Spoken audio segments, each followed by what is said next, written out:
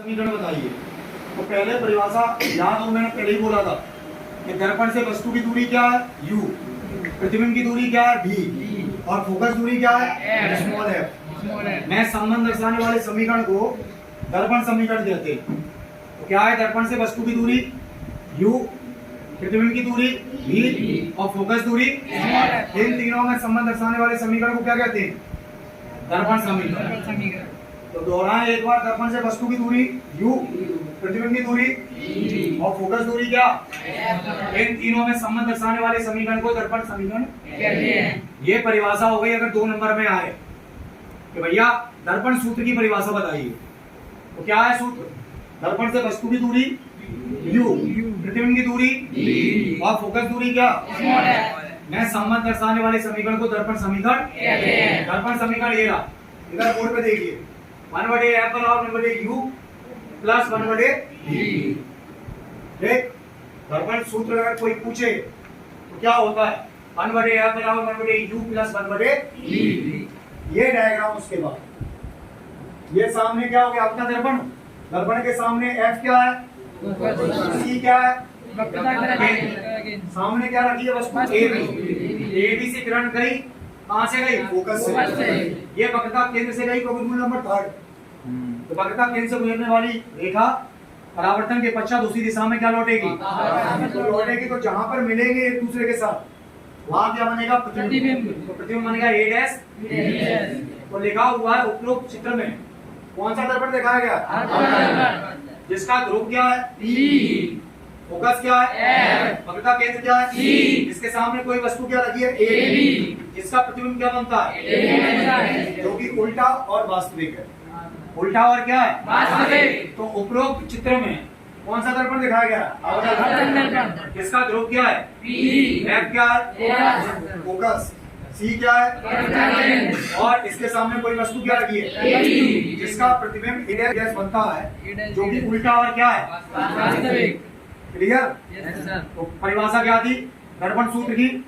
ये दर्पण से वस्तु की दूरी u, प्रतिबिंब की दूरी v और फोकस दूरी मैं संबंध दर्शाने वाले समीकरण को दर्पण समीकरण कहते हैं। चित्र में आपका दर्पण दिखाया गया, उपरोक्त चित्र में आपका दर्पण दिखाया गया जिसका ध्रुव क्या है F क्या है फोकस, C क्या है इसके सामने कोई वस्तु क्या रखी है जिसका प्रतिबिंब क्या बनता है जो कि उल्टा और क्या है वास्तविक।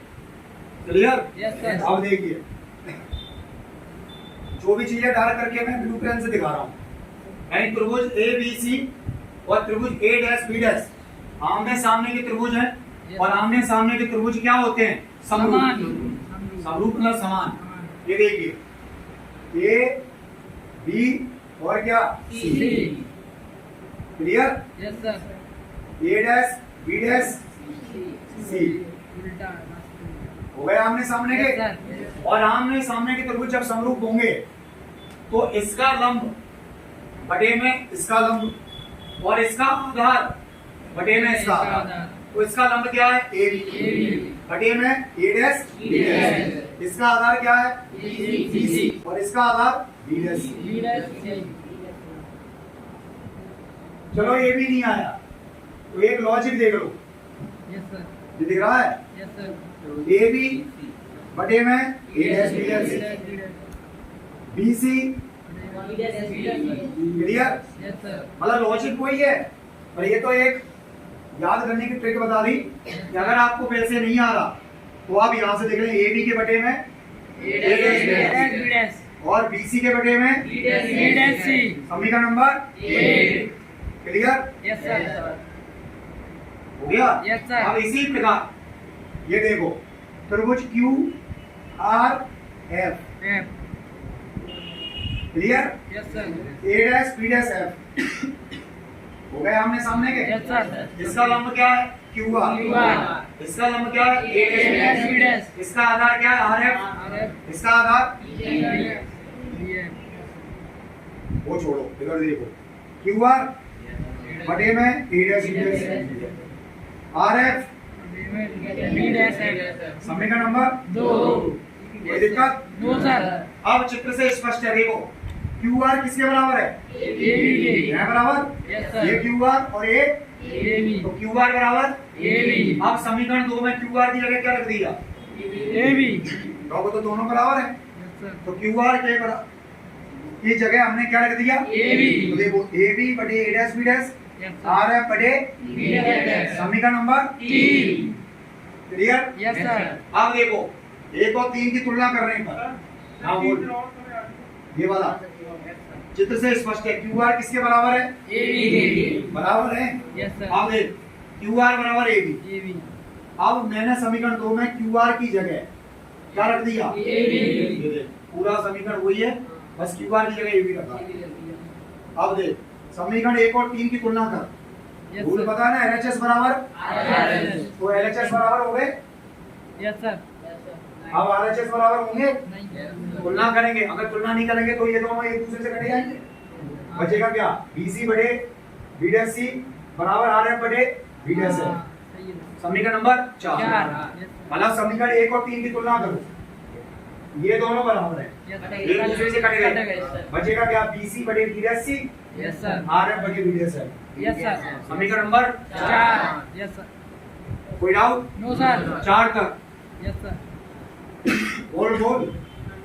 अब देख डायग्राम अलग बना लेता हूँ, ये P ये R और ये F, बस यही बना लें।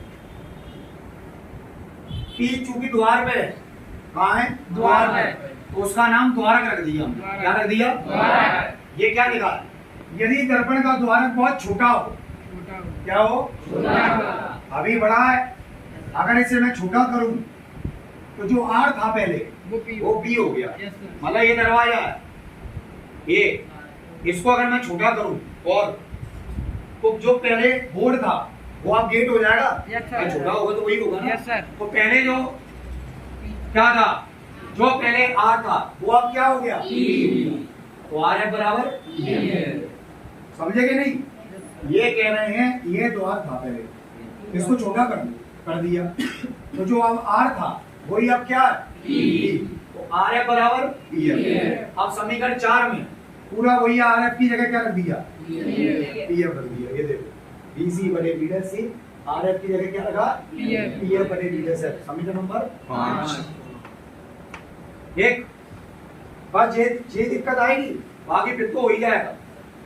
केवल समीकरण 5। अब ढंग से देखना थोड़ा, समीकरण 5 कैसे आया? क्या लिखा है पहले? BC देखिए BC ये पूरा ले लिया मैंने, P B और C, ठीक है? ये मैंने डायग्राम से उठाया है यस सर यहाँ से। इन्होंने कहा हमें BC निकालना है। क्या निकालना है? BC। समझे ना? अगर BC निकालना है तो मैं PB में से PC माइनस कर दूं, क्यों? इस पूरी लाइन से PC माइनस कर दूंगा, BC बचेगा। समझ रहे हो? पूरी लाइन क्या है? PB। अगर मैं पूरी लाइन में से PC माइनस कर दूं तो क्या बचेगा? BC बचेगा। तो इसलिए PB माइनस क्या आया? BC। अब दूसरा क्या चाहिए मुझे? B dash C। डायग्राम ये देखो C ये B डैश C। अब B डैश C चाहिए। पूरी लाइन क्या है? BC। PC में से क्या माइनस करूं? PB dash. इस पूरी लाइन में से इतनी माइनस करना है मुझे, तो क्या बचेगा? B डैश C बचेगा। तो PC माइनस PB डैश। अब चाहिए क्या? BF, ये B डैश F। अब B डैश F चाहिए। पूरी लाइन क्या है? PB dash. PB डैश है, PB डैश में से क्या माइनस करेंगे? PF। PB dash minus. अब आप कहोगे PF क्यों नहीं निकाला सब? देखो PF क्यों निकालेंगे?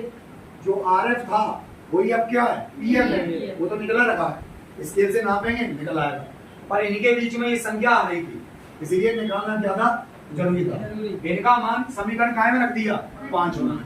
ये देखो BC की जगह PB minus PC, B dash C की जगह PC minus PB dash, PF की जगह PF और B डैश F की जगह PB डैश माइनस। समीकरण नंबर 6 मैंने एक बार पढ़ाया था, याद हो तुम्हें? ठीक है। अब यानी शुरू में दर्पण से वस्तु की दूरी u, प्रतिबिंब की दूरी v और फोकस दूरी f। और एक चीज याद रखना, जब इधर जाओगे तो माइनस और इधर जाओगे तो ये चिन्ह परिपाटी का नियम होता है। अगर आप इधर जाओगे तो माइनस आएगा और इधर जाओगे तो क्या आएगा ठीक। अब देखो पी बी काय की दूरी है वस्तु की, इधर जा रहे हैं इसलिए माइनस यू, क्लियर, दर्पण से वस्तु की दूरी। पी बी डैश काय की दूरी है प्रतिबिंब की, इधर जा रहे हैं इसलिए माइनस बी।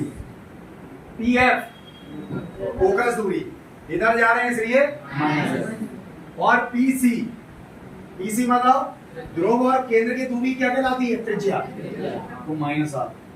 इधर माइनस हाँ इधर प्लस होगा, चिन्ह परिपाटी का नियम होता है, वो मैं आगे पढ़ाऊंगा।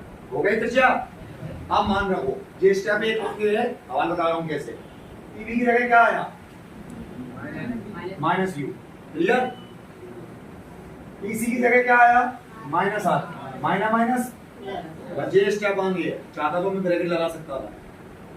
अब पीसी की जगह क्या आया minus R, clear. PV dash की जगह क्या आया माइनस माइनस, पीएफ की जगह क्या आया माइनस एफ स्मॉल एफ यानी फोकस दूरी। और पीवी डैश की जगह क्या आया माइनस बी, ठीक है। और माइनस पीएफ की जगह माइनस माइनस, समीकरण 7 हमने सूत्र में पढ़ा था आर बराबर क्या होता है 2f, यानी कि त्रिज्या की फोकस दूरी हमेशा क्या होती है दुगुनी। तो समीकरण 7 में आर की जगह क्या रख दिया 2f रख दिया, ये देखो माइनस यू प्लस आर की जगह क्या रख दिया, क्लियर। यहाँ कौन सा गुणा चल गया क्रॉस मल्टीप्लाई, कैंची का गुणा जिसे बोलते हैं, ठीक। अब देखिए minus you plus 2f, clear, ये ले लिया ब्रैकेट में, यस सर, माइनस है 2f plus b, minus U B minus minus plus uf minus की uf, 2f b माइनस की 2f b, yes sir, 2f square, yes clear. आगे 2f square और minus minus plus हो गया, yes sir, minus के f b, ये 2f plus का था इधर लेके काय का हो गया माइनस का, ये 2f भी माइनस का था इधर लेके प्लस का, ये दोनों आपस में कट गए, दो में से एक का एक, यस सर, तो u b माइनस uf बराबर f b। समीकरण 8, यस सर, समीकरण 8 के दोनों पक्षों में काय का भाग दिया ubf का। अच्छा ubf का ही भाग क्यों दिया, इसलिए दिया क्योंकि हम संबंध काय में निकाल रहे हैं UBF में। तो देखो ub upon ubf, uf upon ubf, fb upon ubf, ub से ub गया, uf से uf गया, fb से 1/f माइनस 1/b बराबर 1/u, यानी कि u को अगर b को इधर ले गए तो क्या का हो गया, और यही सिद्ध करना था, यस सर, ठीक।